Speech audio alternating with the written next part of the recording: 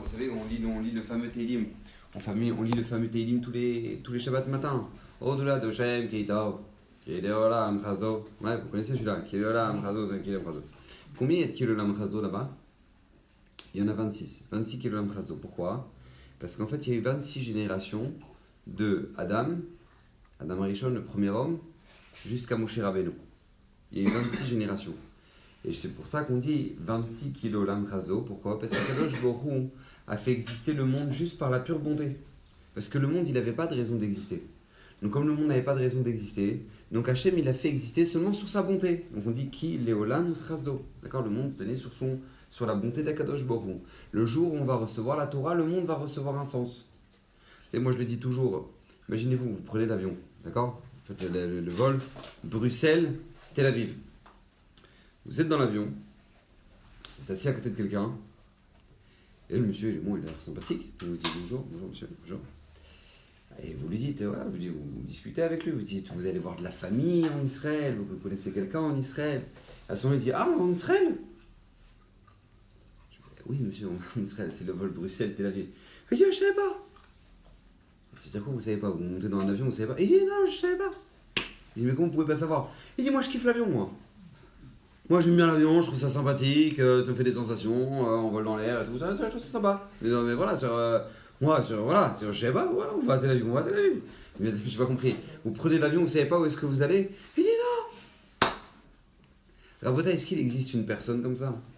Une personne qui monte dans un avion, elle ne sait pas où est-ce qu'elle va? Eh ben, je peux vous assurer, il y a des gens, ils viennent dans ce monde, ils savent même pas pourquoi ils viennent. Ils savent même pas. Qu'est-ce que tu viens faire? Où tu vas? Pourquoi tu es là? Et pourquoi tu t'es... Et quelle est la mission? Quelle n'est pas la mission? Un truc? Et pourquoi t'es pas une vache? Et pourquoi t'es pas né au Cameroun? Et pourquoi... Tu dis, pose-toi des questions. Les gens ne se posent pas de questions. Ils disent, je sais pas. Tu dis, mais où tu vas? Je sais pas. Puis, mais tu sais pas? Non, je sais pas. Mais alors, pourquoi tu fais? Je kiffe la vie, moi. Je kiffe la vie, ça. Je fais du foot, des trucs. Voilà, je me détends. Je kiffe la vie. Mais t'as pas de but, t'as pas de truc. Je sais pas. Rabotai, on doit se poser la question, pourquoi Hachem nous a ramenés dans ce monde? Qu'est-ce qu'on est venu faire ici? Qu'est-ce qu'Akadosh Baruch Hu attend de nous? Quelle est notre mission sur Terre? Et on a l'obligation d'avoir des réponses claires à ça. On ne peut pas rester comme ça sans réponse. C'est une vie. On n'en a pas deux. On n'en a qu'une. On n'a pas le droit de la rater. Donc on doit savoir. Maintenant, on arrive au pied du Mahamad Har Sinaï, on arrive au pied du Har Sinaï. Et là, qu'est-ce qui se passe? On reçoit la Torah. Quand on reçoit la Torah, je vous demande 2 minutes d'attention, c'est qu'Hachem va nous la donner d'une manière qui paraît assez quand même incroyable. Parce que, je sais pas, imagine-toi, on te donne un cadeau, d'accord? Tu offres un cadeau à quelqu'un, tu l'offres sympathiquement un cadeau, non?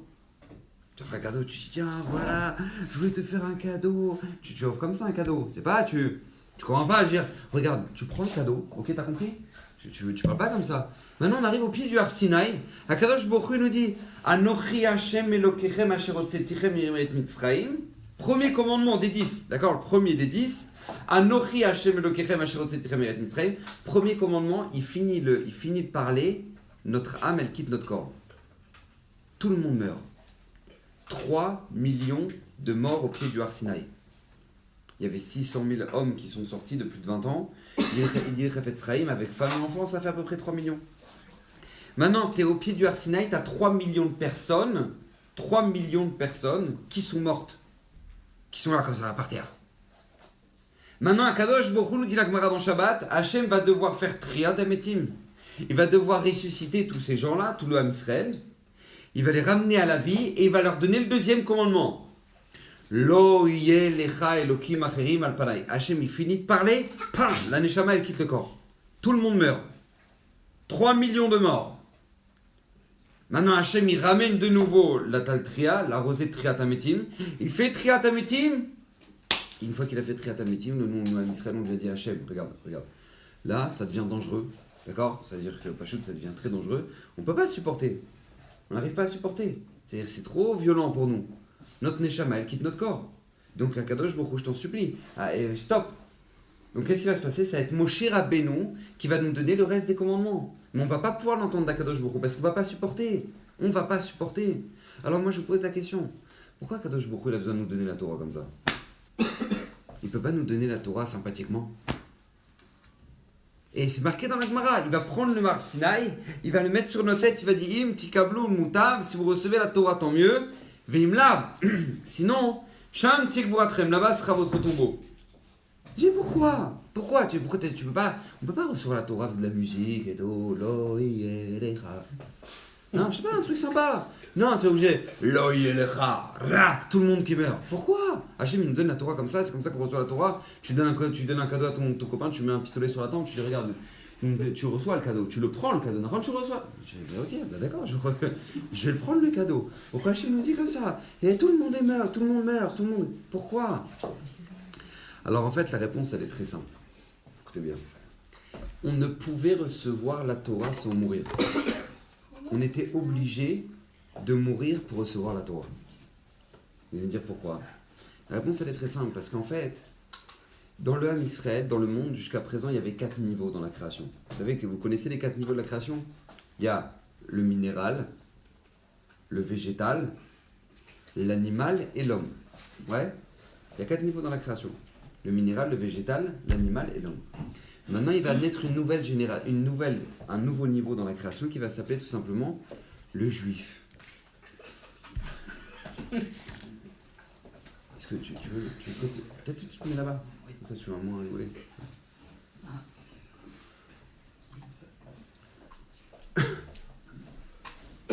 Il va y avoir 4 niveaux dans la création. Maintenant, il va y avoir encore un niveau en plus qui va s'appeler le Ham Israël. Il fallait absolument que le Ham Israël meure. Pourquoi? Parce que tout simplement, il va naître un nouvel être sur terre. On va recevoir maintenant dans le monde le Ham Israël. Quand est-ce qu'on a reçu la Torah? Vous savez quel jour on a reçu la Torah dans la semaine? Un Shabbat. Shabbat matin, on a reçu la Torah. Il a raison. Shabbat matin, on a reçu la Torah un Shabbat. Pourquoi il fallait que la Torah, on la reçoive le Shabbat? Pourquoi pas le dimanche? Pourquoi pas le lundi? Pourquoi pas le mardi? Pourquoi? Il fallait qu'on la reçoive le Shabbat. Parce que sur tous les jours de la semaine, il y en a un qui est au-delà de la nature. Qui est quoi? Le Shabbat. Shabbat, c'est Me'al Teva, au-delà de la nature des choses. Donc il fallait absolument que maintenant on reçoive la Torah le Shabbat. Pourquoi? Parce qu'on va faire naître un peuple qui est au-delà de la nature.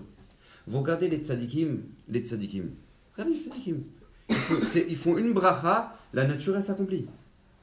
C'est-à-dire, tu vois Baba Salé, il voyait un tzadik, il voyait une personne arriver en fauteuil roulant, il lui disait lève-toi. Il dit mais Kvodarav, je peux pas me lever. Je peux pas me lever. Ça fait 20 ans que je suis en fauteuil roulant. Et il dit lève-toi, je te dis. Et la personne elle se lève. Mais comment ça fonctionne? C'est-à-dire, tu vois, il disait à son chauffeur, il disait vas-y roule. Il lui mettait comme ça un sopalin, on lui mettait un chiffon comme ça devant le truc de l'essence. Ouais voilà, devant le. Il mettait un chiffon comme ça et il dit vas-y roule. Il dit mais j'ai pas d'essence. Il dit roule. Il allait, il revenait, il faisait je sais pas combien de kilomètres, des centaines de kilomètres comme ça. Il revenait, il enlevait le truc et c'est bon, c'était toujours au même niveau.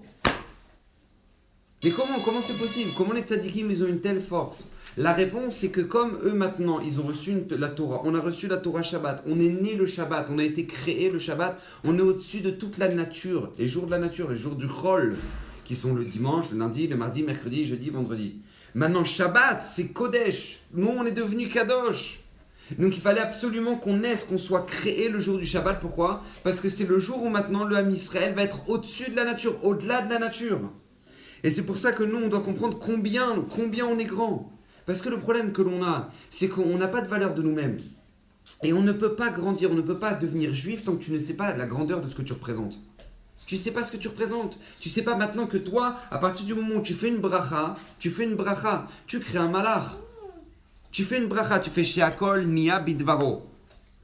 Tu crées un malach, tu crées un ange.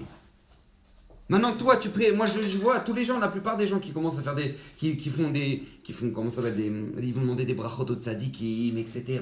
Et ils vont sur les kivrei tzadikim, et ils vont demander des brachot pour que ça aille mieux, etc. Ces gens-là, ils ne savent même pas la force qu'ils ont dans notre fila. Ils ne savent pas. Ces juifs-là, ils ne savent pas la force qu'ils ont quand ils ouvrent un Teilim, quand ils se mettent à prier à Kadosh Baruch Hu.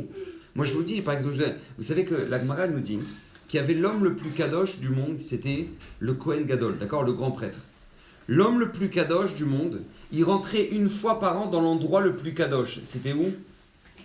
Le Kodesh HaKodashim, ouais, le Saint des Saints. C'était là-bas, dans le Kodesh HaKodashim. Il y avait au Beth Amikdash, c'était l'endroit le plus kadosh du monde. Quand? Le jour le plus kadosh. Quel jour il rentrait là-bas, le Kohen Gadol? Le jour de Yom Kippour. Ok, jour de Yom Kippour. Donc le Kohen Gadol, écoutez bien, le Kohen Gadol, il rentrait une fois par an dans l'endroit le plus kadosh, qui est le Kodesh HaKodashim, quand le jour de Yom Kippour, qui est le jour le plus kadosh. D'accord? Donc tu as l'homme le plus kadosh, le jour le plus kadosh, dans l'endroit le plus kadosh. Maintenant lui, il rentrait le Kohen là-bas. Au moment où il rentrait là-bas le Kohen, écoutez bien, il va ressortir au moment où il va... C'était un grand danger pour lui, parce que s'il n'avait pas les pensées qu'il fallait, il mourrait sur place. Tellement l'endroit, il était saint. D'accord? Tellement il était kadosh, la boucha de l'endroit. C'est pour ça que le Kohen, d'ailleurs, il rentrait avec une chaîne au pied. Il rentrait avec une chaîne, parce que si jamais il mourait là-bas, alors on le tirait avec une chaîne. Parce qu'on ne pouvait pas aller le chercher. Donc on le tirait avec la chaîne. Maintenant, lui, quand il se ressortait de là-bas, le Kohen Gadol, quand il ressortait de là-bas, il faisait une tfila. C'est marqué dans la Gemara, il faisait une tfila ktsara. On lit dans le Moussaf de Yom Kippour. Quelle était la prière qu'il disait? Alors la première chose qu'il demandait, c'était que tout simplement il y ait de la pluie tout l'hiver. Ça, c'est la première tfila qu'il demandait. La deuxième tfila qu'il demandait, c'est que la royauté, elle ne quitte jamais la malchoute de David. D'accord? Ce soit toujours la tribu de Yehuda qui soit des rois. Troisième demande qu'il faisait, écoutez bien, troisième demande du Kohen Gadol, le jour le plus kadosh, dans l'endroit le plus kadosh, c'était quoi? C'était que la prière des gens qui sont en chemin ne soit pas écoutée. Voilà, ça c'était la prière. Que les gens qui sont en chemin, qui prient, que ce ne soit pas écouté. Ça veut dire quoi? Alors imaginez-vous, d'accord? Vous êtes, moi je sais pas, au lycée, peu importe où vous êtes, d'accord? Maintenant, au moment où vous êtes en train de faire, vous sortez du lycée, vous n'avez pas prévu, vous n'avez pas pris de manteau, il se met à pleuvoir. Il pleut. Maintenant, vous devez marcher 800 mètres. Donc vous ne voulez pas qu'il pleuve, parce que vous allez être trempé, vous n'avez pas envie d'avoir froid. Donc vous ne voulez pas qu'il pleuve. Donc qu'est-ce que vous faites à ce moment-là? Vous levez les yeux au ciel et dites Bono Shelolam, je t'en supplie. Akadosh Baruch Bevakasha. Je dois rentrer chez moi, j'ai 800 mètres à faire. S'il te plaît, faites que ça se passe bien. Qu'il pleuve pas. Après, tu fais la pluie si tu veux. Mais juste au moins le temps que... Là, qu'il pleuve pas. Pour pas que cette fille-là soit entendue, parce que si tout le monde commence à prier comme ça, il n'y aura jamais de pluie. D'accord? Il ne va jamais pleuvoir. On a besoin de la pluie. Donc, pour pas que cette fille-là soit écoutée, il fallait que le Kohen Gadol, l'homme le plus kadosh qu'on ait dans le Ham Israël, il rentre dans l'endroit le plus kadosh qui est le Kodesh HaKodashim, le jour de Yom Kippour, le jour le plus kadosh pour dire à Kadosh Borou, n'écoute pas la tfila de ces gens-là.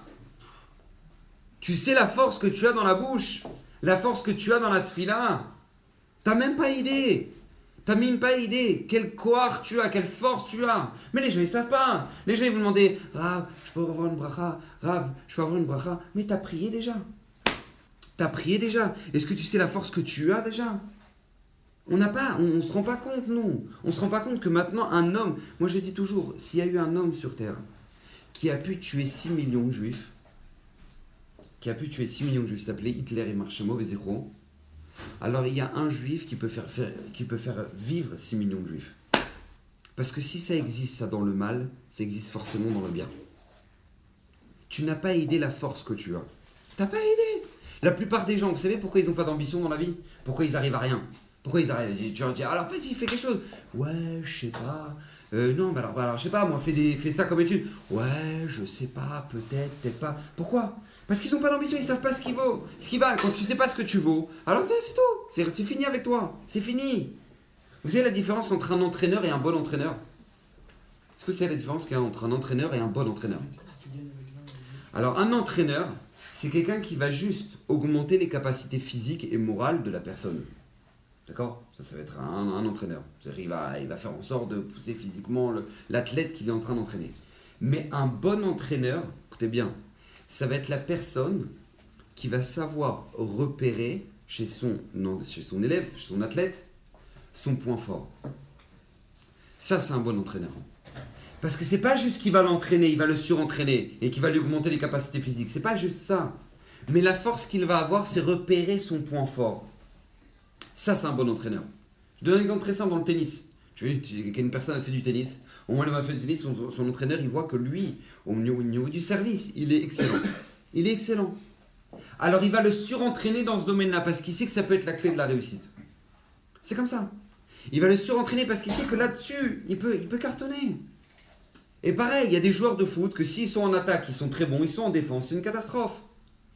Maintenant, comment tu dois connaître le joueur pour savoir où est-ce qu'il est bon, dans quel domaine il est bon. Tout juif a l'obligation de savoir dans quel domaine il est bon. Une personne ne peut pas dire, alors moi je sais pas. Je sais pas dans quoi je suis fort. Je sais pas. Tu es obligé de te connaître. Et une fois que tu te connais, tu grandis. Tu augmentes et tu utilises cette chose-là pour justement avancer dans la Torah, dans la mitzvot, pour construire ta vie. Tu es obligé de savoir ça parce que sinon tu n'y arriveras pas. Et toute ta vie, tu vas te sentir frustré. Parce que toute ta vie, tu vas te dire, attends, mais je comprends pas. Je sens pas que je fais ce que j'ai envie. Je sens pas que je fais ce que j'aime. Je sens pas que quoi. Pourquoi? Parce que tu n'as pas cherché à ce que tu aimes et la chose dans laquelle maintenant tu peux te réaliser. Tu n'as pas cherché, tu connais pas. Vous savez, je vais vous dire une chose. La plus grande réussite des nations, la plus grande réussite des nations, et pas seulement des nations, mais la plus grande réussite du Yetzer Hara, c'est quoi? C'est très simple. C'est que eux, ils savent comment rabaisser une personne. Vous regardez quelle va être l'arme de Paro. Paro, on vient de sortir d'Égypte, d'accord, on était en Égypte. Qu'est-ce que Paro nous a fait là-bas en Égypte? Qu'est-ce qu'il nous a fait? L'esclavage.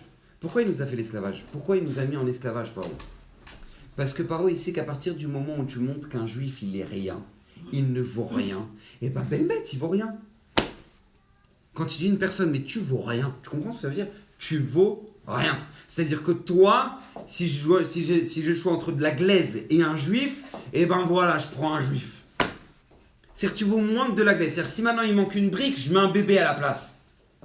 Et bien à partir du moment où lui, Paro, il faisait ça, il a rabaissé le Ham Israël. À partir du moment où tu as rabaissé le Ham Israël, ils valent rien. Ils n'ont même plus d'ambition. Toute leur grandeur, elle est partie. Et tu comprends pas, c'est des descendants d'Abraham, Yitzhak, Yaakov, les Shvatim, Reuven, Shimon, Lévi, Yehuda. C'est pas possible. Comment tu peux maintenant être rien? Réponse, parce qu'on lui a dit qu'il vaut rien. Donc comment on lui a dit qu'il vaut rien? Il est rien. Comment Hitler, il marche mauvais zéro, il a réussi à tuer 6 millions de juifs? Comment il a fait? Comment il a fait? Vous croyez qu'il était bête? Il était très intelligent. Il savait très très bien comment faire. Vous savez ce qu'il a fait? Première étape, l'étoile jaune. C'est-à-dire, il y a toi et il y a moi. C'est-à-dire, vous êtes des petits youpins, ouais, petits juifs comme ça, et moi, je suis l'allemand. Maintenant, les juifs, dans les boulangeries, ils étaient servis en dernier. S'il y avait des Allemands, ils disaient, ah, toi, tu es en dernier, toi. Donc, tu l'as rabaissé déjà. Étape numéro 2, c'était quoi? Interdit d'entrer aux juifs et aux chiens. Donc, un juif, il voit un chien, c'est le niveau d'un chien. Après, étape numéro 3, eh ben, on va les faire voyager dans des wagons à bestiaux. Même pas dans un train normal, dans des wagons à bestiaux. Étape numéro 4, ils arrivent à Auschwitz, on leur rase leurs cheveux, on leur enlève leurs habits, on leur efface leur nom, et maintenant ils sont un numéro, ils sont tatoués comme les vaches, pareil. Étape numéro 5, eh ben, tout simplement, le four. Et comment c'est possible? Parce que quand tu as rabaissé une personne, tu lui dis mais tu vaux rien, tu comprends que tu vaux rien, t'es de la cendre. Eh bien, je peux vous assurer, les déportés qui étaient à Auschwitz, qui étaient dans les camps, ils témoignent qu'ils voyaient l'entrée du camp. Quand ils voyaient l'entrée du camp, ils voyaient qu'il n'y avait pas de SS. Eh bien, ils n'avaient même pas l'ambition de sortir. Pourquoi ils n'avaient pas l'ambition de sortir? Parce qu'à partir du moment où maintenant, toi, tu vaux rien, tu crois que tu vas dire, bon alors je vais essayer de me libérer. Même ça, tu n'y penses pas. Même ça, tu n'y penses pas. Et ça, c'est vital pour nous. On doit comprendre ça. Que le but des nations du monde, c'est de rabaisser le Ham Israël. C'est le but des nations du monde. Vous regardez à l'heure actuelle, moi je me rappelle, il y a quelques semaines là, j'étais Shabbat à Ashdod. En plein Shabbat, on a reçu des roquettes. En plein Shabbat, on reçoit des roquettes en pleine tête. Maintenant, qu'est-ce qui se passe? Alerte et tout, machin, on reçoit les alertes, on se cache dans les miklatim. Maintenant, tu reçois des roquettes. Maintenant, Israël, ils ripostent, ils éclatent la maison du terroriste, mais les cailloux de l'explosion, elles sont parties sur la maison de l'arabe d'à côté. Crime contre l'humanité, vous vous rendez pas compte comment les juifs y réagissent, mais c'est pas honteux ça franchement, ils cherchent même pas un pourparler. J'ai pas compris, nous on était en plein Shabbat, et d'un coup tu reçois des roquettes. Et tu dois te justifier. Ah, excusez-nous d'avoir répondu, hein. Excusez-nous. Mais comment c'est possible? Parce que ça a toujours été comme ça.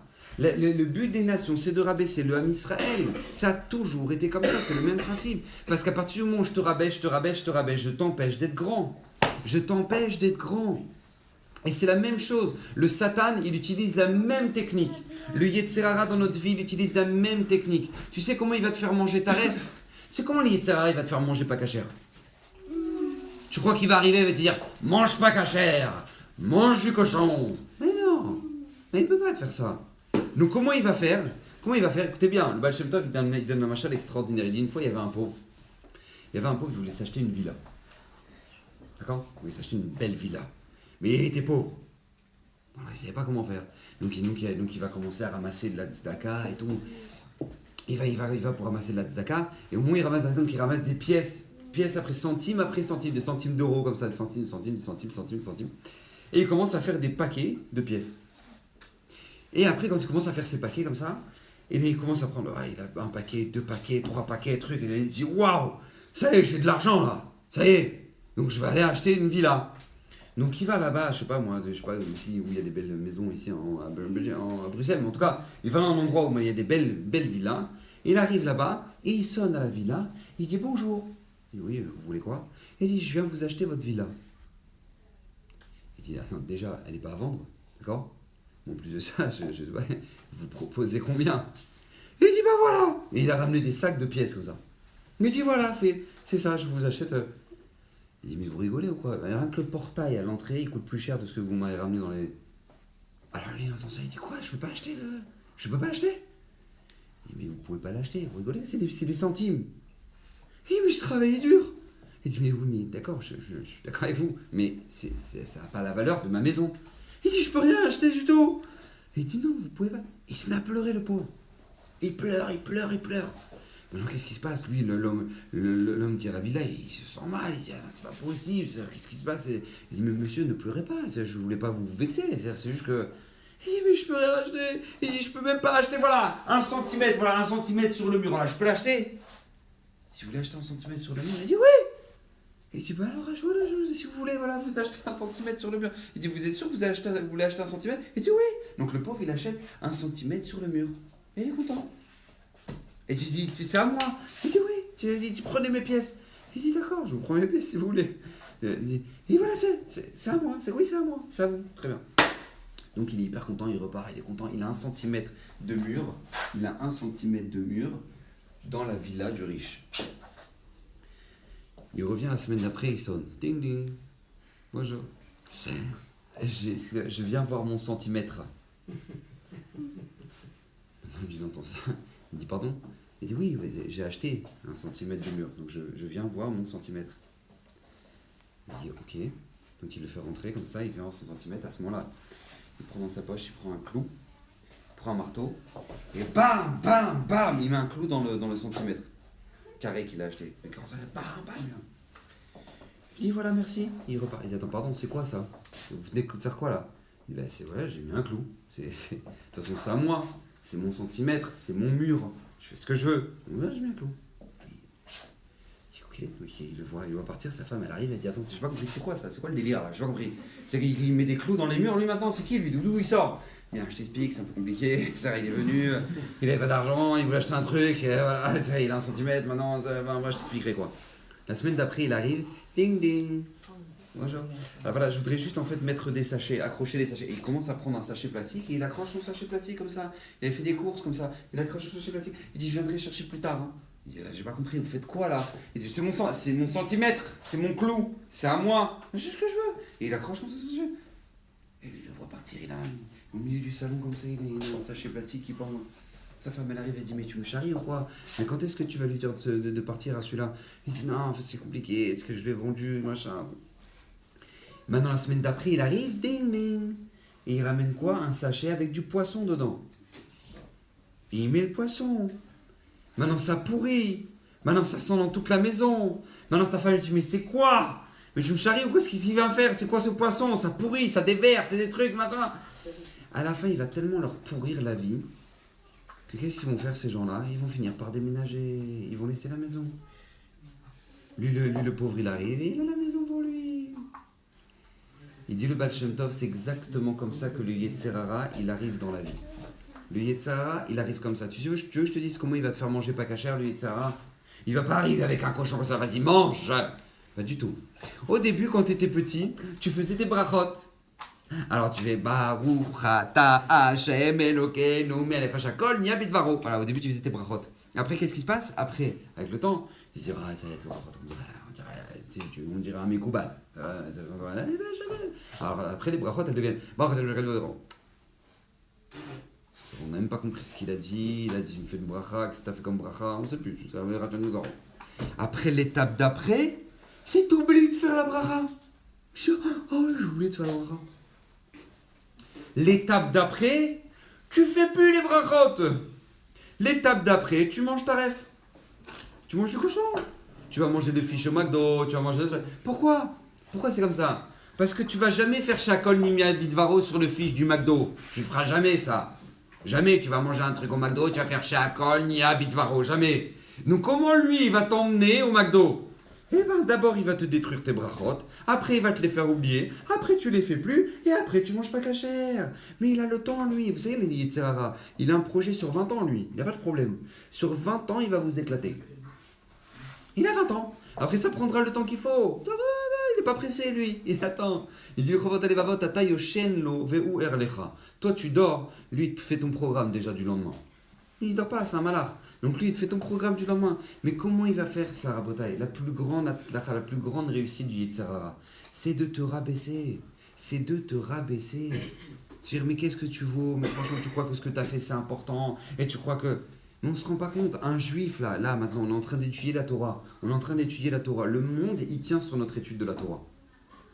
Ça veut dire que le monde, il tient sur l'étude de la... Vous savez, qu'est-ce qu'il fait l'Yetzirara pour ça? Pour t'enlever justement ce sentiment-là. Tu sais ce qu'il va faire? Il va faire en sorte que quand tu grandis, tu vas grandir avec Batman, avec Spider-Man, avec Iron Man, avec tout cela, là, tu vois, toute la clique là, tout cela, ouais, tout cela. Tu vas grandir avec ça, tu vas adorer ça. Et maintenant, qu'est-ce qui va te rentrer dans ta tête? Écoute bien ce qui va te rentrer dans ta tête.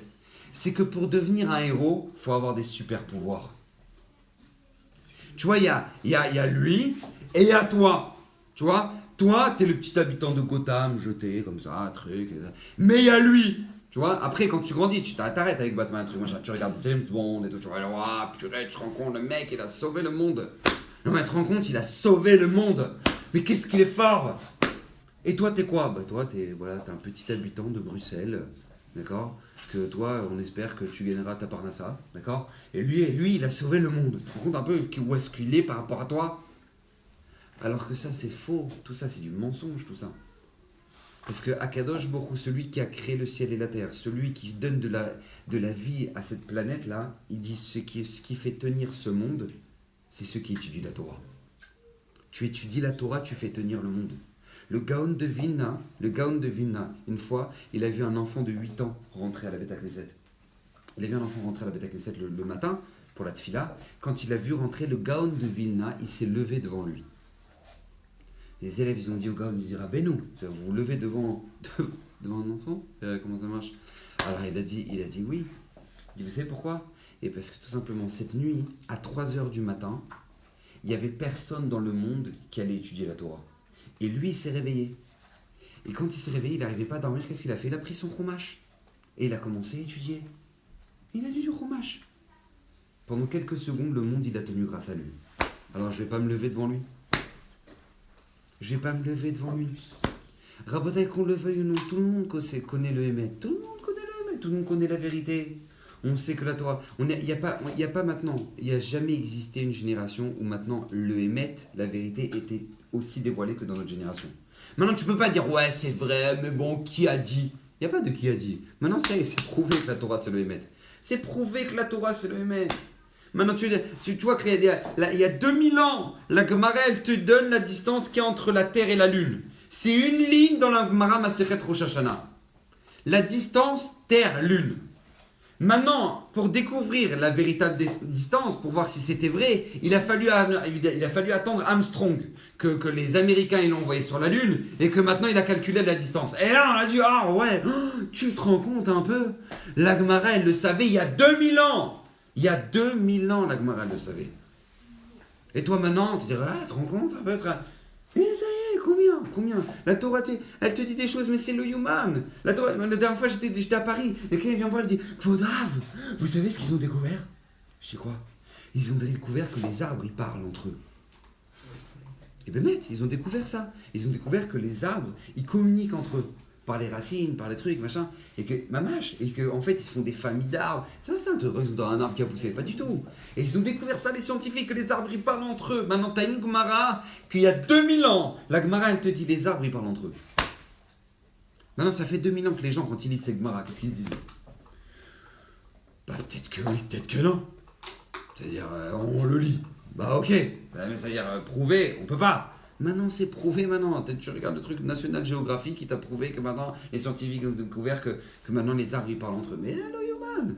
Maintenant, la Gemara, elle te l'a donné il y a 2000 ans. Il y a 2000 ans. Avant la Gemara, elle te dit que c'était une mort clinique. Une mort clinique. Tu vois, la personne, son âme, elle a quitté le corps. Son âme, elle a quitté le corps. Elle est montée là-haut, elle est revenue. Maintenant, qu'est-ce qui se passe? Tu vois, la personne, elle est morte. Cliniquement, elle est morte. Sur son cœur, il s'est arrêté. Son cerveau, il s'est arrêté. Il n'y a plus rien qui fonctionne. Avant, tu pouvais le prouver ça. Physiquement, médicalement, tu pouvais le prouver ça. Tu pouvais prouver que maintenant, la personne, elle était morte. Et que maintenant, on a fait triatamétime. Qu'elle est revenue à la vie. Avant, les gens, ils disaient, bon, il a fait un gros dodo. Maintenant, médicalement, c'est prouvé. Tu vois que l'encéphalogramme, il est plein. Tu vois que le rythme cardiaque, il ne fonctionne plus. Tu vois que la personne, elle était morte. Maintenant, les appareils, ils t'ont montré. Il est mort. Et après, d'un coup, qu'est-ce qui se passe? Triatamétime. Il revient à la vie. Et les médecins, ils disent quoi? Qu'est-ce qu'ils disent les médecins? Ils disent, mais vraiment, j'ai qu'une chose à dire. C'est un véritable miracle. Parce que maintenant, c'est prouvé, cette personne a été morte et médicalement, elle est revenue à la vie. Elle est revenue à la vie. Maintenant, on pouvait le prouver ça avant. Avant, on ne pouvait pas le prouver. Maintenant, tu le vois. Maintenant, tu le vois. Jamais dans notre génération, on n'a pu autant prouver, depuis les créations du monde, on n'a jamais pu prouver autant que la Torah est la vérité. Que dans notre génération. Je t'appartiens chez moi la had. Tout le monde sait la vérité, tout le monde le sait. Même tous ici. Même tu prends le juif le plus loin, le plus éloigné, qui est vraiment... il est marié avec une Goya, d'accord? C'est-à-dire il est très très très très loin. Même lui. Tu vas le chercher. Ravlo, il racontait pendant la Shoah. Il racontait que pendant la Shoah, les nazis, ils laissaient personne. Personne. Juif, pas juif. Juif, kippa, pas kippa, brit mila, pas brit mila, l'homéchané. T'es juif, direction Auschwitz. C'était comme ça que ça fonctionnait. Le Ravlo, il raconte que les nazis ils sont partis chercher. Ils sont partis dans une mairie là-bas, chercher un juif qui était là-bas, qui était très très assimilé en Allemagne, extrêmement assimilé. Ils sont partis le chercher. Quand ils sont partis le chercher, ce juif-là, ça va, tout va bien? Ça va? Ce juif-là, quand ils sont partis le chercher, ils sont arrivés dans le bureau et ils lui ont dit, toi, t'es juif, Auschwitz. Il a dit, moi, mais je suis pas juif, moi, Razvé Shalom, moi, pas du tout, mais pas du tout, au contraire, je suis pas juif. Maintenant, lui, écoutez bien, à ce moment-là, au moment où ils le prennent, il dit, alors viens avec nous. Ils l'ont emmené dans la Beta Knesset. C'est très simple. Vous savez ce qu'ils ont fait là-dedans? Ils l'ont emmené dans la synagogue. Ils ont ouvert le Echal du Sefer Torah. Ils ont pris un rouleau du Sefer Torah, ils l'ont déroulé par terre, ils l'ont dit, marche dessus. Vous savez ce qu'il a dit? Il a dit, tuez-moi, mais je le ferai pas. Et ils l'ont tué, il est mort Bekidouch Hashem. Il dit le Ravlo, que tu le veuilles ou non, même le juif le plus éloigné, il sait où est le Hémet et il sait où est le mensonge. Il le sait, tout le monde le sait. On n'a pas besoin de le prouver à qui que ce soit. Même tu prends celui qui veut dire non, allez, faut pas exagérer, tout de suite, Torah, mitzvah, tout de suite. Tu prends la personne, elle perd un proche, d'accord? Elle l'enterre. Maintenant tu vois le monsieur, il fait pas Shabbat, il mange pas kasher. Maintenant il a enterré son père, ou il a enterré sa mère. Qu'est-ce qui se passe? Il commence à faire Kaddish. It gadal, vit kadash, chez Meraba. Maintenant moi je dis, attends, temps mort, 2 secondes. Tu peux le déterrer, tu fais un sac à main avec. Fais un sac à main avec. Il aura Fodoraf, pas parler comme ça, on dirait. Mais qu'est-ce que ça peut te faire? Tu fais pas le Shabbat, tu manges pas kasher, pourquoi tu fais Kaddish? Pourquoi tu fais Kaddish? Je t'en supplie, pourquoi? Parce qu'après, qu'est-ce qui se passe dans le Gan Eden? Il a besoin de mérite et trucs. Mais t'y crois pas. Tu manges pas, tu fais pas Shabbat, tu manges pas kasher, tu fais rien de tout ça. Alors je t'en supplie, déterre-le, tu fais un sac à main avec. Un truc. Non, Fodoraf, pas exagérer. Mais bête. Pourquoi les gens ne le font pas? Parce que quand tu le veuilles ou non, dans le fond, tu sais très bien où est le mettre. N'importe quel juif, tu le prends, il sait très bien où est le mettre. Moi, je le vois dans les avions. Moi, des fois, je mets les tefilines. Quand je suis dans l'avion, je suis dans des horaires où maintenant je suis obligé de faire la tefila dans l'avion. Qu'est-ce qui se passe? Je mets les tefilines comme ça. Et tu as le steward de la compagnie, je sais pas, Air France, peu importe. Benoît Delacroix, d'accord? Il vient me voir, il dit, excusez-moi, monsieur le rabbin, je voudrais juste vous poser une question, ça ne vous dérange pas? Je dis non, pas du tout. Il dit, qu'est-ce que c'est que ces cubes que vous mettez ici sur le bras et sur les... Parce que lui, il sait pas. il ne sait pas. Donc, comme il ne sait pas, donc il pose des questions. Il ne sait pas, il ne connaît pas. Donc il pose des questions. Maintenant, dans le même avion, là où maintenant le steward, Goy, il est venu me voir pour dire qu'est-ce que c'est que ces trucs, dans le même avion, je suis assis à côté d'un Israélien. Israélien, pas du tout religieux, d'accord, à des milliards de kilomètres le pauvre. Maintenant, qu'est-ce qui se passe? Je m'assois à côté de lui, et je lui dis, vous voulez mettre les tefilines? Je lui dis, vous voulez mettre les tefilines? Et il dit, là. Et non, je veux pas les tefilines. Maintenant, je comprends pas. Lui, le steward qui est pas juif, il pose des questions. Et il dit voilà, est-ce que je peux savoir qu'est-ce que c'est que ces cubes, etc. Mais lui, le juif, tu dis, tu veux mettre les tefilines? Je dis, ah, laisse-moi tranquille. Pourquoi? Écoutez bien, Kadosh Baruch Hu a fait une règle dans le monde. Que tout être sur cette terre ne s'éloigne que d'une chose dont il connaît le danger. C'est comme ça. On a été créé de telle sorte qu'on ne s'éloigne que d'une chose dont on connaît le danger. À partir du moment où tu vois un juif qui fait « Ah, laisse-moi tranquille », ce juif-là, il a plus de émouna que nous, je vous le dis. Vous savez pourquoi? Parce que ce juif-là, il sait que le jour où il va mettre les tefilines, ce juif-là, il sait que le jour où il va mettre les tefilines, sa vie, elle va changer. Donc, il préfère, durant toute sa vie, faire semblant de ne pas savoir et dire non, moi je veux pas savoir et je veux pas me casser la tête. Et pourquoi? Parce qu'il préfère toute sa vie faire ça plutôt que maintenant mettre les tefilines. Parce que la question c'est combien tu vas te mentir. La question c'est combien tu vas te mentir. Tu connais, tu sais où est-ce qu'il est le émet, tu sais très bien, mais qu'est-ce qui se passe après? La personne, elle veut pas. Elle veut pas. Rabotaï, c'est pour ça que dans notre vie on a deux choix. Ou on va tendre vers la grandeur, ou on va tendre vers la petitesse. C'est comme ça. Ou on écoute le Yetzirara, et le Yetzirara va dire allez, détends-toi, te casse pas la tête. Et ou sinon, on te dit non. Akadosh Baruch Hu m'a donné une neshama, Akadosh Baruch Hu m'a donné une mission sur terre, et je dois la réaliser. Il n'y a personne au monde qui le fera à notre place.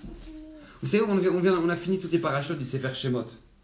Vous regardez, il y a deux personnages qui ont marqué notre histoire, d'accord? C'est d'un côté, il y a Paro, et d'un autre côté, t'as Moshe Rabbeinu. Maintenant, écoutez bien. Moshe Rabbeinu, il avait normalement dans les pronostics aucune raison de réussir sa vie. Aucun espoir de réussir sa vie. Et à côté de ça, t'as Paro, qui lui, il avait tous les espoirs de réussir sa vie. Il avait pouvoir, toute la bracha, il était milliardaire, il était riche, il était roi, d'accord?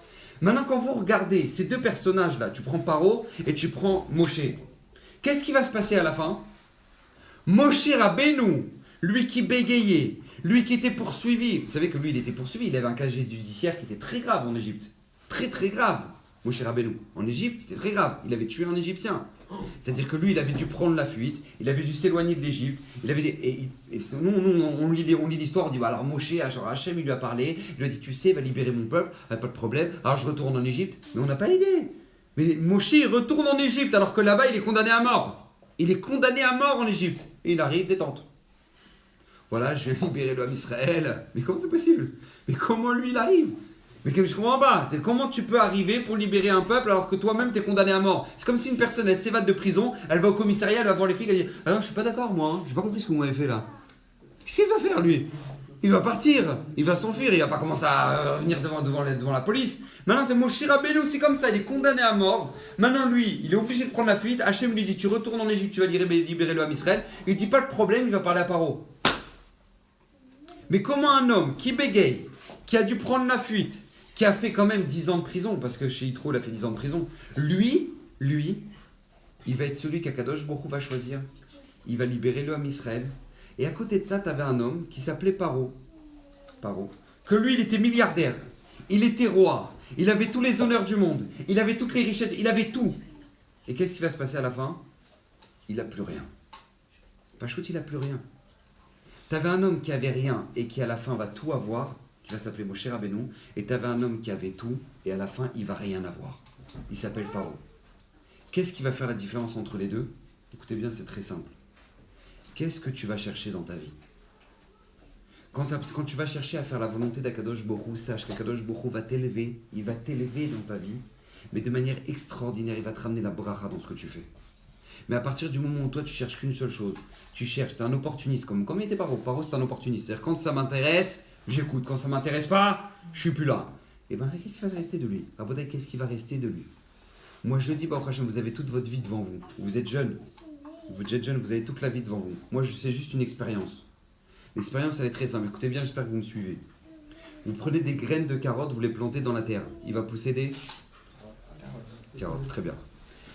Maintenant, écoutez bien. Vous prenez des graines de tomates. Vous les plantez dans la terre. Il va pousser des Razak. Alors attention, je vous demande encore 2 secondes d'attention.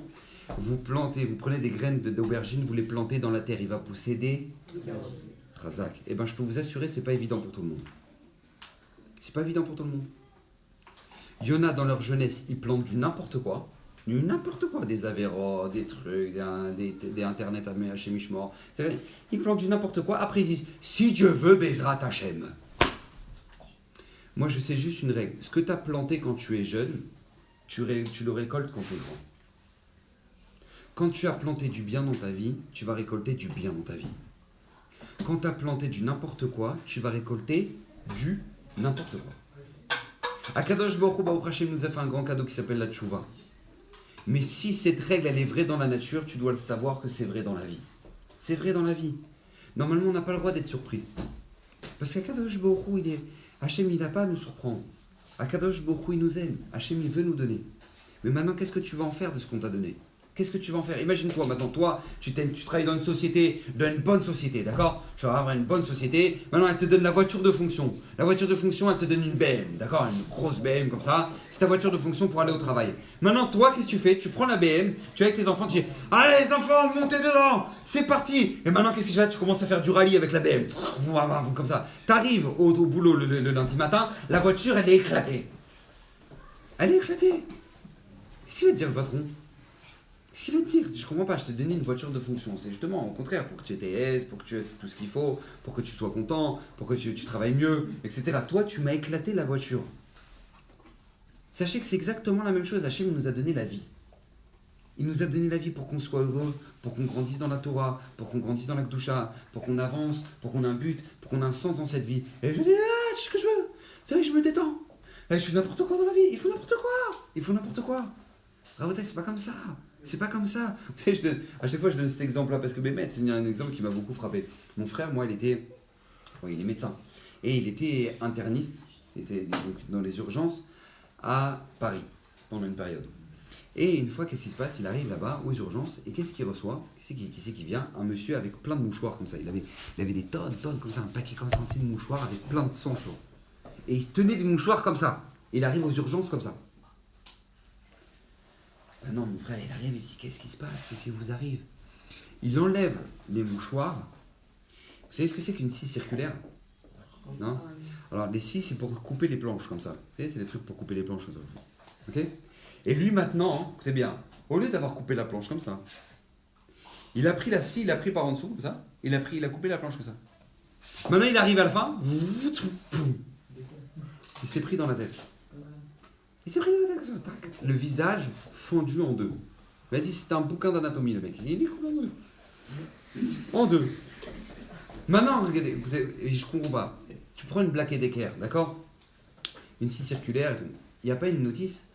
Il n'y a pas de notice. Il y a une notice. Dans la notice, c'est marqué quoi ? Tu mets des lunettes, tu mets pas tes pieds en dessous, tu prends pas en haut, tu prends pas par en dessous. D'accord ? C'est marqué dans la notice, ça. Mais lui, qu'est-ce qu'il a dit ? Il dit, ça va, allô ? Je fais ce que je veux, alors moi je sais très bien, t'as besoin de m'expliquer comment maintenant on sert une scie circulaire, je sais très bien comment on fait, d'accord ? Pas besoin de... Et cette personne, qu'est-ce qu'elle a fait ?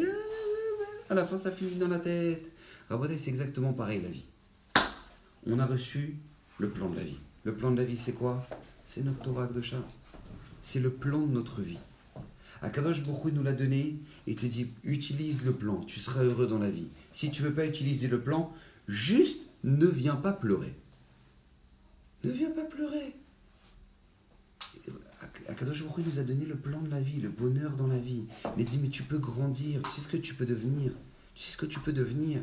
Regardez notre tzadikim, Rabbi Shimon Bar Yochai la semaine dernière. Rabbi Shimon Bar Yochai, 1 million de visiteurs sur son kever. 1 million de juifs qui viennent le voir. Il y a des gens, on les a enterrés hier, aujourd'hui on se souvient plus d'eux. Et il y a des gens, tu les as enterrés il y a 2000 ans, et tu arrives maintenant, en 2019, et tu as 1 million de personnes sur sa terre, sur son kever. Maintenant, on a quitté Eretz Israël entre-temps. Hein. On est parti d'Eretz Israël, 2000 ans de galoute, on est revenu. Et là, tu vois 1 million de juifs sur son kéver. Mais je t'en supplie, mais comment ça fonctionne? Il y a des gens, hier, on les a enterrés, on ne se souvient plus d'aujourd'hui. Il y a des gens, il y a 2000 ans, on les a enterrés. Et tu as 1 million de personnes sur leur kéver. Pourquoi? La réponse, elle est très simple. C'est que quand tu t'accroches à l'éternité, eh ben, tu deviens éternel. Et quand tu t'accroches à rien, eh ben, tu deviens rien. C'est comme ça. C'est comme ça. Et si à l'heure d'aujourd'hui on est encore juif, Rabotai, si à l'heure d'aujourd'hui on a encore des valeurs, c'est pas parce qu'on met des jeans diesel, ou c'est pas parce qu'on mange les boulettes de Tata Mimi. C'est ni pour l'un ni pour l'autre. Si on est encore juif et qu'on a des valeurs encore à notre époque, vous savez c'est pourquoi? C'est très simple. C'est parce que quand il y a un juif, parce qu'il n'y a rien qui unit. Quel rapport entre un juif polonais et un juif marocain? Rien à voir. Rien à voir, que ce soit dans la manière de parler, que ce soit dans la mentalité, que ce soit dans l'habillement, que ce soit... Il n'y a rien à voir entre les deux. Rien à voir. Alors qu'est-ce qui les unit? Qu'est-ce qui fait que l'homme Israël il est rad? Quoi? Ben, la réponse elle est très simple. C'est quand il y en a un qui dit Gadal Vit Kadash Shemeraba, et ben l'autre il répond Amen. L'autre il répond Amen. C'est la seule chose qui nous unit. Sinon maintenant, ça y est, ça ferait longtemps qu'on serait goy, super goy. Ça y est, ça ferait longtemps qu'on existerait. Mais comment maintenant on a tenu? On a tenu face aux Romains, on a tenu face aux orgies, on a tenu face aux Grecs, on a tenu les Inquisitions, on a tenu tout ça, mais grâce à quoi? Vous savez grâce à quoi? Parce que tout simplement, un juif il a la tête dure. Un juif il a la tête dure, je vous le dis, on a la tête dure à Botaï. Si nous maintenant, jusqu'à l'heure d'aujourd'hui, on a encore nos valeurs, c'est parce qu'on a la tête dure. Moi, vous connaissez tous l'histoire de Mordechai. Oui, tout le monde connaissait Mordechai. Alors Mordechai, il dit, il ne voulait pas se prosterner devant Aman Aracha.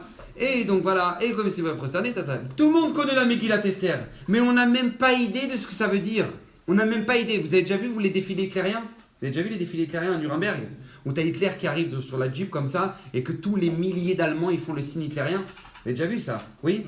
Eh ben imagine-toi en plein au milieu du public là, t'as un rabbin. En plein au milieu là-bas, t'as un rabbin. Et il regarde Adolphe, il dit, oh Adolphe, comment tu vas? Ah, c'est ta chemou là, ça te va bien hein? Imagine-toi maintenant, t'as un juif au plan au milieu là, et quand ça dit, ah là, salut! J'imagine un peu la force qu'il faut avoir pour faire un truc pareil. Mais ça, c'est rien ça. C'est rien par rapport à ce que Mordechai a fait à Aman.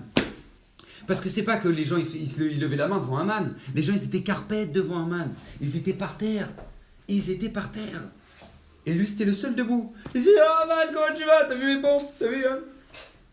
Et comme ça. Mais comment ça fait que maintenant Mordechai, c'est lui qui a marqué l'histoire? Parce que lui, il gardait nos valeurs. Lui, il avait la tête dure. Il n'y a personne au monde qui me dira quoi faire. Il n'y a que Akadosh Baruch Hu qui me dit quoi faire. Et grâce à lui, on est encore là aujourd'hui. Grâce à lui, on est encore là. On n'est pas là grâce à tous les juifs qui ont dit non, regarde, il ne faut pas froisser l'égoïsme. Peut-être que maintenant on trouve un terrain d'entente avec le Shabbat. Mais tout cela, ça y est, on n'entend pas parler de cela. De qui on entend parler? Qui c'est que grâce à qui on est encore là à l'heure d'aujourd'hui? Parce qu'il y a eu le rabbin qui a dit, mais Aman, grâce à lui, grâce à lui. Une fois, le Rav Low, il était invité dans un plateau télévisé comme ça. Donc, il y avait un débat où est-ce qu'Hachem était pendant la Shoah. Le débat, plateau télévisé en Israël, hein, où est-ce qu'Hachem était pendant la Shoah. Et donc, il y avait lui, le Rav Low, qui a vécu les camps, d'accord, et un autre juif qui a vécu lui aussi les camps, mais qui avait tout lâché. Plus de Torah, plus de mitzvot, plus rien. Il passe le micro au premier juif. Le juif, il prend le micro. Et il dit, voilà, moi je vais vous dire pourquoi il n'y a pas de Torah, pas de mitzvot, il n'y a pas de tout ça, c'est de la blague, je vais vous dire pourquoi. Il ramène son témoignage, il dit, moi j'étais dans les camps à Auschwitz. Et là-bas dans les camps, il y avait un juif dans mon bloc qui avait une paire de tefilines. Et ce juif-là qui avait une paire de tefilines, Mamash, il se cachait pour les mettre. Il se cachait, il était comme ça. Et un jour les nazis l'ont attrapé. Et quand les nazis l'ont attrapé, ils l'ont fait sortir, ils nous ont fait tous sortir comme ça. On était en ligne, et ils ont sorti ce juif-là, et ils lui ont tapé à coups de marteau sur cette filine jusqu'à ce que ça lui rentre dans le crâne. Et devant nous, il est mort. Quand j'ai vu ça, j'ai dit, il n'y a pas de Torah, il n'y a pas de mitzvot, il n'y a pas de Dieu sur terre. Ça, c'était son témoignage. Il donne le micro au Rav Low. Le Rav Low, il prend la parole et dit, je peux te poser une question? Il dit oui.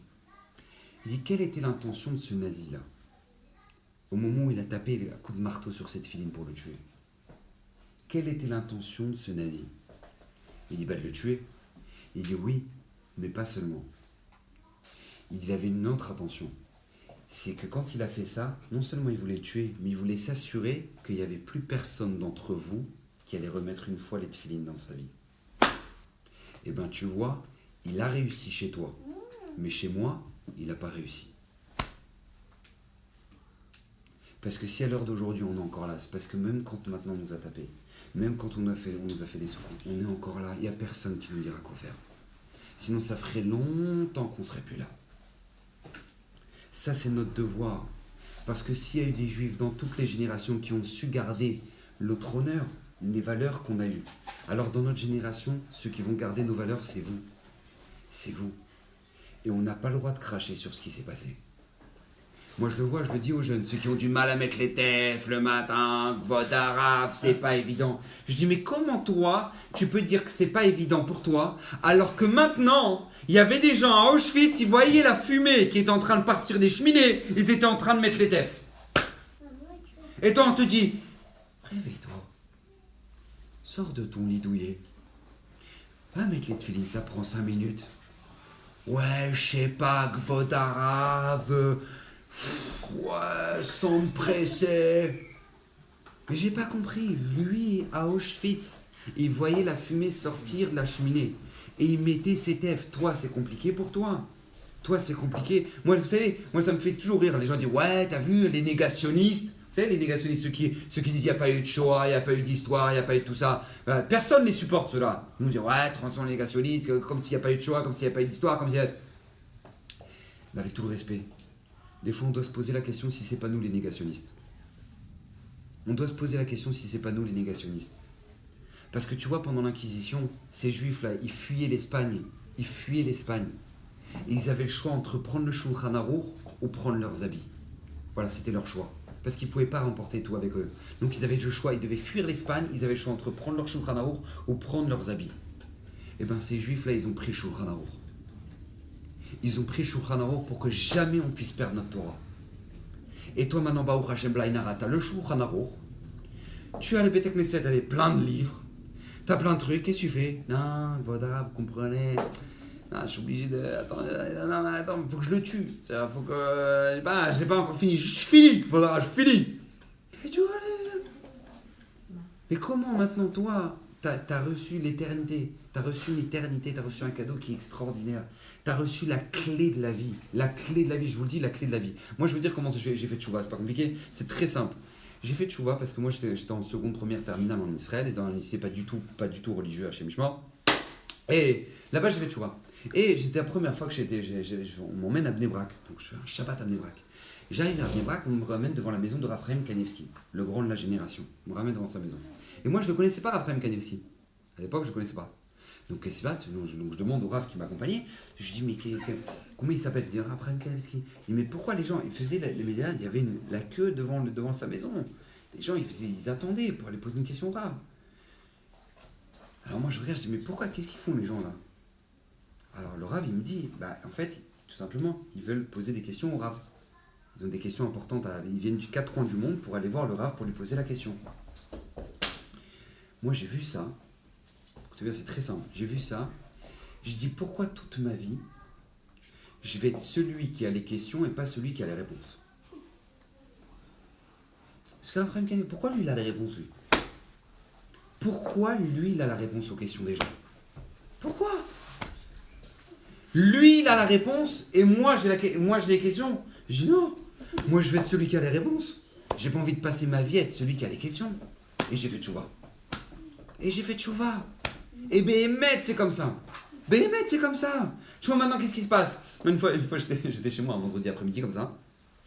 Vendredi après-midi, j'étais chez moi. Et d'un coup, il y a mon voisin qui arrive, donc, un petit voisin comme ça, un enfant, il arrive comme ça, il toque chez moi, tac, tac, tac, il dit, excusez-moi, monsieur Gobert, venez chez nous. Je dis, qu'est-ce qui se passe? Il dit, il y a de l'eau dans toute la maison. Maintenant, j'arrive chez eux, il y a 1 centimètre d'eau dans tout l'appartement. Je Je dis, Kamakara, qu'est-ce qui se passe, Makara? Je dis, il est où ton père? Il dit, mon papa, il est pas là. Et ta maman, elle est dans la cuisine. Donc moi, je vais dans la cuisine et je vois la maman, la pauvre, elle est en dessous de l'évier comme ça. Elle est en train de tenir le tuyau du robinet. Vous savez, le tuyau qui arrive en dessous, l'arrivée d'eau pour le robinet. Elle est en train de le tenir comme ça. Elle pleure, la pauvre. Elle dit, il y a de l'eau partout, aidez-moi. Non, moi, je vois ça. Qu'est-ce que je fais? Je sors de l'appartement. Je cherche l'arrivée d'eau. D'accord? Le robinet d'arrivée d'eau. Je cherche le robinet. Je ferme le robinet d'arrivée d'eau. Je bloque tout l'eau qui arrive dans la maison et ça s'arrête de couler. Très bien. Elle me dit, ah merci, merci. Je dis, non mais c'est rien. Regardez, ça c'est le robinet d'arrivée d'eau. S'il arrive quoi que ce soit, vous le fermez ici et vous êtes tranquille. Après vous réglez le problème. Je dis, maintenant vous allez prendre un plombier, oui, vous changez juste le truc. Elle dit, merci, merci. Et bien vous voyez ce qui m'est arrivé ce vendredi-là, c'est exactement l'histoire de la vie. Il y a des gens, pendant toute leur vie, ils vont être comme ça, ils vont tenir le tuyau. Ah, comment on fait? Comment on fait pour la parnassa? Et comment on fait pour le shalom baït? Et comment on fait pour l'éducation des enfants? Et comment on fait? Et après, tu as celui qui a l'arrivée d'eau. Et quand il est l'arrivée d'eau, je dis, oui, ça, tu fermes là, tu fais ça, tu changes ça, tu vois. Mais je n'ai pas compris. Et bien, c'est exactement pareil dans la vie. Tu as le choix dans ta vie. Est-ce que toute ta vie, tu vas tenir des tuyaux comme ça? Où toute ta vie tu vas arriver là, tu vas voir l'arrivée d'eau. Et ça, c'est notre Torah. Notre Torah nous a donné, c'est le cadeau qu'Akadosh Baruch Hu nous a confié, c'est le plan de la vie. Tu as le choix maintenant dans ta vie, où tu as l'arrivée d'eau, ou comme ça. Akadosh Baruch Hu nous a fait ce cadeau-là. Akadosh Baruch Hu nous a dit, mais dans ta vie, tu sais le bonheur que tu peux avoir, tu sais la réussite que tu peux avoir, tu sais la bracha que tu peux arriver, tu sais comment tu peux être grand dans ta vie, tu sais ce que tu peux devenir. Et elle va dire, non, mais Kvodarav, je sais pas. Pourquoi tu veux être petit? Alors, comme s'il disait le Rav Reikin disait une phrase tellement belle. Il disait, tu es si grand pour être si petit. Comme ça, il disait Rav Reikin. Mais tu es si grand pour être si petit. Tu peux pas être petit. On n'a pas le droit d'être petit. On est des juifs, Rabotai. C'est-à-dire qu'on est les références du monde. Jamais les goïms ont été des références pour nous. Jamais. Jamais. Moi je vois maintenant dans les jeunes, ils disent ouais t'as vu lui, elle est star, le truc, les machins. Mais depuis quand les goïms sont des références pour nous? C'est une référence, lui il est persuadé que son grand-père c'était un singe. C'est une référence pour toi? Alors que toi ton grand-père il parlait avec Hachem.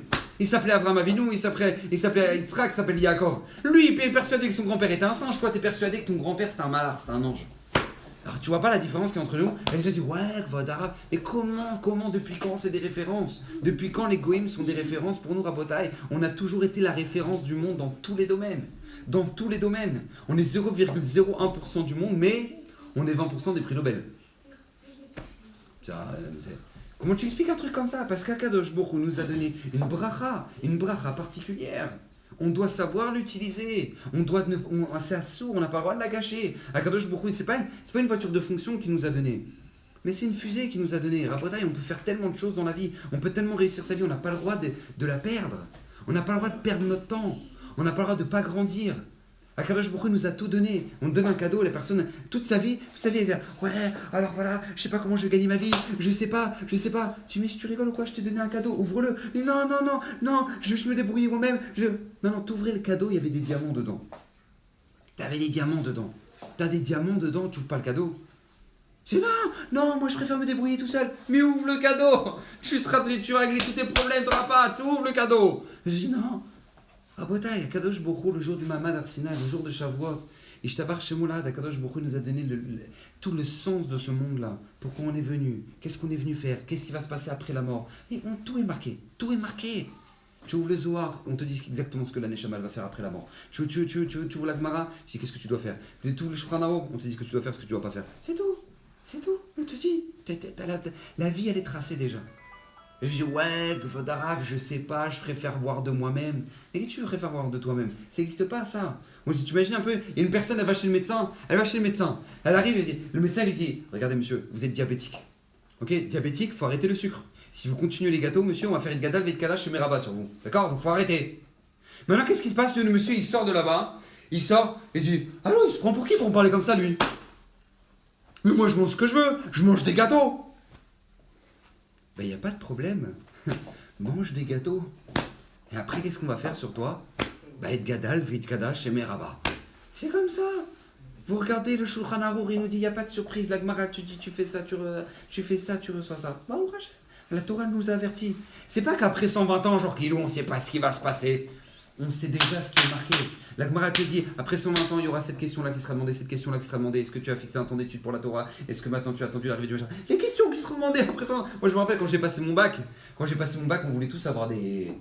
on voulait avoir des films comme ça, des fuites pour savoir exactement quels vont être le sujet. Ça va être la carte de l'Afrique, la carte du Brésil. On voulait savoir, nous. On essayait de gratter des informations pour essayer de savoir quel était le sujet. Mais Rabotai, nous, c'est pas qu'on va essayer de gratter des informations pour savoir quel va être le sujet après 120 ans. Le sujet qui va être après 120 ans, c'est déjà marqué dans la Gemara. On te dit déjà les questions qu'il va y avoir. Tu sais déjà tout est déjà marqué. Maintenant, il reste plus qu'à bosser. Je dis, ouais, bon, on va essayer. Mais il n'y a pas. Rabotai, il n'y a pas. On n'en a qu'une de vie. On n'a pas le droit de la perdre. Et c'est pour ça que le Satan, il va être particulièrement fort à votre âge. À votre âge. Parce que comme je le dis à chaque fois, des libres arbitres, il y en a qui reviennent dans la vie. Mais il y en a que quand tu les as ratés, tu les as ratés. C'est comme ça. Il y a des libres arbitres dans la vie qui reviennent, mais il y a des libres arbitres que quand tu les as ratés, tu les as bien ratés. La personne avec qui tu vas te marier. La personne avec... Après, des fois, pour le récupérer, vous savez, c'est comme sur Waze. Des fois, tu as raté la sortie. Vous avez raté la sortie. Prochaine sortie dans 40 km. 40 km. Et c'est la même chose. Dans la vie, c'est la même chose. Des fois, les gens, ils ratent la sortie. Et vas-y, 20 ans pour récupérer ce que tu as fait. Pourquoi ? Maintenant que vous avez la vie devant vous, vous pouvez construire votre vie. Vous allez pouvoir avancer. Vous allez pouvoir faire des choses extraordinaires. Et après, je dis, ouais... Moi, je passe ma vie à entendre des jeunes qui disent non, voilà, on a envie d'avancer, on a envie de trucs, on a envie de faire notre vie, on a envie de construire, on a envie de trucs. Et après, je passe déjà avec ma vie à entendre des gens de 50 ans qui disent mais pourquoi on m'a pas dit d'aller à l'Yeshiva? Pourquoi on m'a pas dit d'aller au séminaire? Pourquoi on m'a pas dit? Alors, je comprends pas. Lui, il dit qu'une seule chose, c'est de faire sa vie. Et lui, il dit qu'une seule chose, pourquoi on m'a pas dit? Alors, qu'est-ce qu'on fait? Rabotai, le plan il est déjà marqué, la vie elle est déjà tracée. Quand on veut être un bon juif, Akadosh Baruch Hu nous bénit de toutes les brachot. On avance, la vie elle avance. Et Akadosh Baruch Hu il n'a pas besoin de nous mettre des claques pour nous réveiller. Et on Hachem, Akadosh Baruch Hu il nous dirige comme il faut et on comprend ce qu'Hachem nous attend de nous. Et c'est ça notre mission et c'est pour ça qu'on est venu sur terre. Et que Bezrat Hachem vous puissiez toujours faire des bons choix dans votre vie. Que vos choix vous construisent sans arrêt, avancez dans la Torah, avancez dans la Kedusha, rajoutez de la Torah, faites un an de yeshiva. Qu'est-ce que ça peut faire un an de yeshiva sur toute une vie? Moi je connais des gens, ils font un an de Thaïlande, d'accord? Donc je vais vous dire, un an de yeshiva, Baruch Hashem, ça ramène de l'équipe dans la vie. Soyez heureux dans votre vie, construisez votre vie comme il faut, et que vous ayez que le bonheur, parce que c'est ça qu'Hachem attend de nous. Que des bonnes choses pour l'infinition.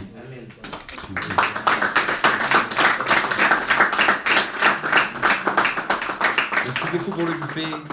Voilà, pour tous ceux qui... Si vous avez des questions, n'hésitez pas. N'hésitez pas. Je tiens quand même, entre autres, remercier bien évidemment Torah Box aussi. Parce que si je suis là à l'heure d'aujourd'hui, c'est grâce à Torah Box. D'accord, c'est eux qui m'ont envoyé ici. Donc tout le mérite leur revient. Parce qu'on m'applaudit, mais c'est Torah Box qu'il faut applaudir. Qu'Hachem les bénisse de toutes les bonnes.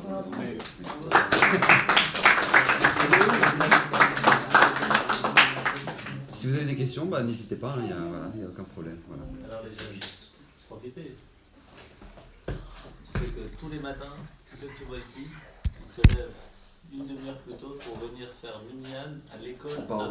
J'ai entendu, il m'a dit, extraordinaire. Il y en a même ici qui sont plus à l'école, qui viennent quand même et qui vont dans l'école pour faire. Extraordinaire. On a les Chazadim.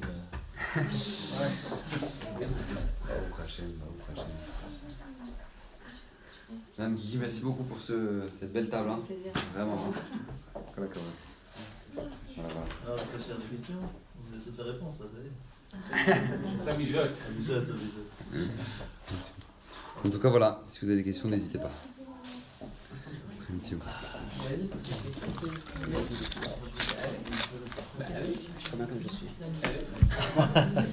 Bientôt compris. La phrase faite à la vraie. Ouais. C'est à moi.